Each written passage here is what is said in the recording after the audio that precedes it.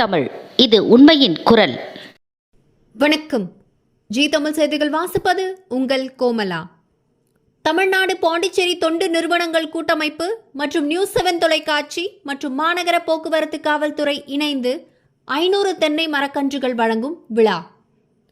பூமி வெப்பமடைவதால் பூமியின் மேற்பரப்பிலும் பூமிக்கு அடியிலும் பல மாற்றங்கள் உருவாகி பேரிடர்கள் ஏற்பட்டு வருகிறது.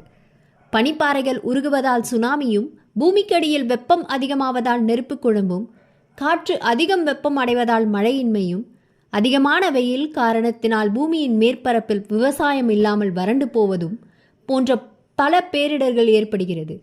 இதனை தடுக்கும் வகையில் தமிழ்நாடு பாண்டிச்சேரி தொண்டு நிறுவனங்கள் கூட்டமைப்பு சார்பில் 50 லட்சம் மரக்கன்றுகள் 38 மாவட்டங்களிலும் நடுவது என முடிவு செய்து முதலில் இதன் ஒரு பகுதியாக வேலூர் மாவட்டத்தில் வேலூர் காவல் துணை கண்காணிப்பாளர் பிருத்திவிராஜ் சவுகார் தலைமையில் மாநகர போக்குவரத்து காவல் ஆய்வாளர் கன்னியப்பன், தோட்டக்கலைத்துறை துணை இயக்குனர் Manikandan, terminals innovation private limited Nagercoil Ramavanan, Tamil Nadu Pondicherry தொண்டு நிறுவன கூட்டமைப்பின் நிறுவன தலைவர் ஜெய்சீலன் ஆகியோர் முன்னிலையில் வேலூர் மாநகரில் கிரீன் சர்க்கிள் இடத்தில் போக்குவரத்து ஆய்வாளர்கள், காவலர்கள், பொதுமக்கள் அனைவருக்கும் 500 தென்னை மரக்கன்றுகள் வழங்கும் விழா நடைபெற்றது.